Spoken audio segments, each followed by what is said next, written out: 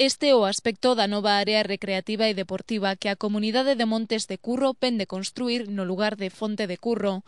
Un total de 14.000 metros cadrados nos que se dispoñen de varias instalacións para ocupar o tempo de lecer dos veciños, ben sexan pequenos ou maiores. Contamos aquí con as instalacións na que temos un campo de fútbol 7 que, bueno, está sin rematar, pero en breve colocaremos serva sintética.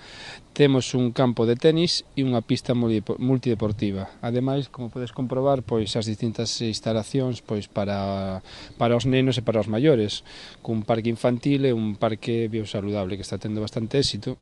Esta infraestructura foi construída pola propia comunidade de Montes con preto de 500.000 euros procedentes das súas propias arcas.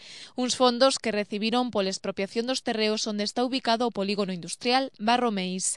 A idea de empregar os cartos nestas completas instalacións xurdiu da necesidade dos veciños de contar cunha área de esparcemento. Pois este era un antigo campo de fútbol que estaba totalmente abandonado, no seu día incluso foi un vertedoiro, e entonces, bueno, ven un pouco a colación co tema do centro social que xa tiñemos aquí, que xa hai como 8 ou 9 anos que temos unha casa de cultura, e o que buscamos foi iso, pois facer un complexo pois de aproximadamente, estamos falando de 14-15.000 metros cuadrados, non?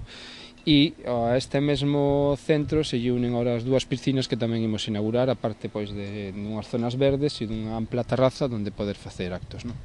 Aínda que os veciños xa están dando boa conta deste espazo, será o domingo cando se inaugure de xeito oficial, cunha comida campestre amenizada por un par de orquestras. Pois ás 13 horas temos sempre unha misa solemne que sempre, bueno, pois gusta facer nestos actos.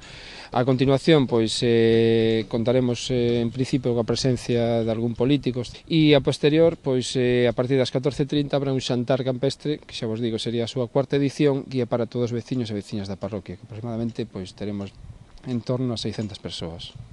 O acto de apertura está previsto que asistan varias autoridades municipais, provinciais e da Xunta de Galicia, aínda por rematar de confirmar.